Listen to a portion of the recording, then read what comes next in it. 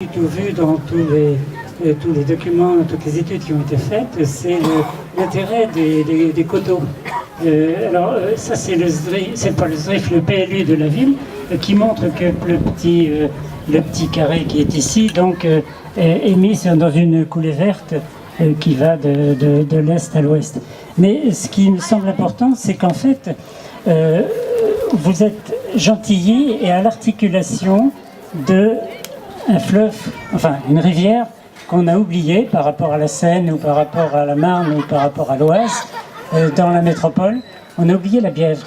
Et la Bièvre, il se trouve que Gentilly est à l'articulation de la Bièvre et de Paris, ce qui lui donne une position tout à fait exceptionnelle et qui est spécifique. Alors, de la basse-vallée à l'époque. Gentilly était la capitale de la basse-vallée de la Bièvre. Voilà. Alors il y a la Haute-Vallée du côté de Saclay, et ça, vous avez Paris ici, vous avez la Bièvre là, et vous retrouvez Gentilly pour articuler. Ça donne quelque chose de tout à fait spécifique et un apport que Gentilly peut apporter pour réinventer la métropole.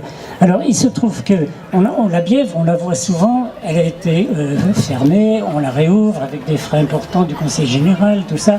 Bon, donc on a tout un plan de... On voit, moi je suis administrateur de l'agence de l'eau depuis 6 ans, j'y étais depuis longtemps, et on voit l'eau quand elle ruisselle. Mais on oublie de voir l'eau qui s'infiltre, l'eau dans notre corps, on oublie de voir ce que crée l'eau. Et il se trouve que l'eau, en fait, elle vient d'un bassin versant. Et ce bassin versant, vous l'avez ici, et c'est évidemment beaucoup plus grand que juste la rivière. Et ce bassin versant, avec l'eau qui ruisselle, crée évidemment une géographie, une géomorphologie, et crée une vallée et des coteaux. Et ces coteaux, la spécificité de Gentilly, ici donc, c'est que ce coteau, il est sud-est et sud. Et le fait qu'il saute, ça donne quelque chose qui est très agréable à vivre. C'est-à-dire que le soleil, qui en hiver est à 19 degrés, quand vous rajoutez les 12 degrés de pente qu'il y a ici, vous avez le soleil à 31 degrés. C'est-à-dire qu'on a un petit coin d'Aix-en-Provence dans Paris. Et par contre, on n'a pas la même chose quand on est à 19 degrés moins 12. Sur le côté nord, on n'a pas la même chose. Mais il faut en tenir compte parce que, de fait, moi, quand je suis venu ici, je me suis demandé pourquoi. Certes, les habitants d'ici sont particulièrement sympathiques, mais pourquoi sont-ils sympathiques? Pourquoi est-ce qu'ils font du lien? Pourquoi est-ce que vous êtes là? Et pourquoi est-ce que je suis encore là? C'est parce qu'ici, il y avait quelque chose de magique, et je me suis demandé, mais d'où ça vient? C'est pas possible. Pourquoi c'est attrayant? Pourquoi je vois des gens qui font du cinéma à cet endroit? Pourquoi? Et je pense que c'est lié justement...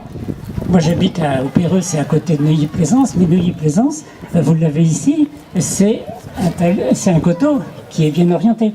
Vous avez aussi le coteau de Nogent, vous avez Saint-Cloud, vous avez la butte Montmartre, et ça c'est quelque chose de spécifique. Et ce sur quoi je voudrais attirer votre attention, c'est que ce coteau par rapport à Montmartre ou par rapport à Nogent ou à Suresnes, c'est le plus grand de la métropole.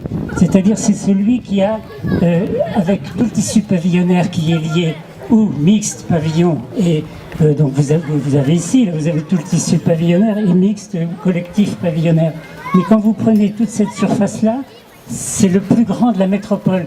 Ce qui veut dire que Gentilly peut donner un emblème pour ce petit terrain de ceux dont il est l'articulation avec la métropole. C'est-à-dire qu'on peut avoir sur ce terrain, qui a l'avantage d'être disponible pour les 8 millions d'habitants de la région, de la métropole, donc avec le RERB, vous avez à la fois l'accès pour tout le monde, pas uniquement pour les gens de Gentilly, et en même temps, vous avez cette lisibilité d'une pente avec un grand territoire qui est tout ce coteau sud, qui est exceptionnel pour la métropole. Est-ce que la métropole veut s'enrichir de la Seine, de la Marne et de la Bièvre?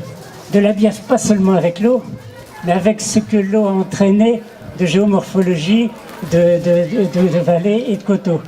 Alors, il me semble que actuellement, on parle beaucoup, vous savez, nous, on est à France Nature Environnement, on a initié la trame verte et bleue nationale, tout ça.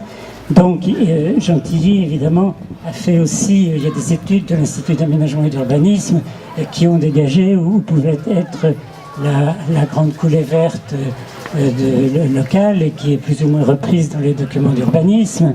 Mais vous pouvez avoir ici, vous avez un territoire qui est encore en pleine terre, qui peut être donné visible, tout ce grand arc qui va jusqu'à Guyancourt, et avec l'idée que souvent on oppose les hommes avec l'environnement. Or, les 8 millions d'habitants très centraux, les Parisiens sont souvent beaucoup plus écologiques, beaucoup plus en vélo, beaucoup moins impactants et ont beaucoup plus de respect pour ce qu'ils se voient être rares, c'est-à-dire la disparition de la nature, des services écosystémiques qui sont rendus par la pleine terre, par l'évapotranspiration des arbres, par la biodiversité.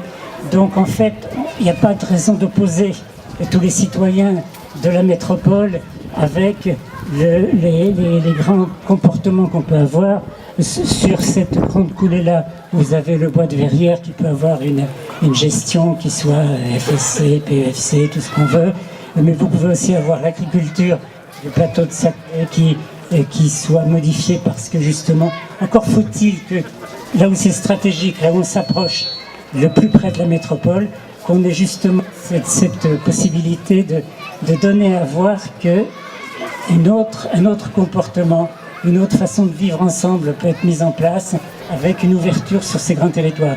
Si je suis content que vous soyez là, Madame le maire, c'est parce que je pense que vous pouvez prendre position vis-à-vis de la métropole pour dire on peut vous apporter quelque chose qui soit valorisant parce que ça vous ouvrira sur une très grande dimension qui permettront des démarches écologiques, des démarches de requalification de l'agriculture intensive, des démarches de gestion forestière plus liées au développement durable, et puis un respect de ce qui est là depuis quelques milliards d'années. Et quand on est ici, je crois avoir plus ou moins entrevu pourquoi il y a un tel bien-être et une telle convivialité dont vous êtes la preuve.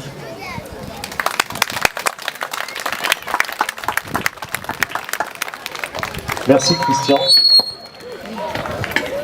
Merci Christian pour cette intervention. Est-ce qu'il y a des questions dans la salle? On peut s'accorder 2-3 minutes de questions, si vous avez envie. Bon, je crois que tout était très clair. Alors maintenant, on va passer la parole au professeur Lévy. Professeur Lévy était professeur à Paris 8 et spécialiste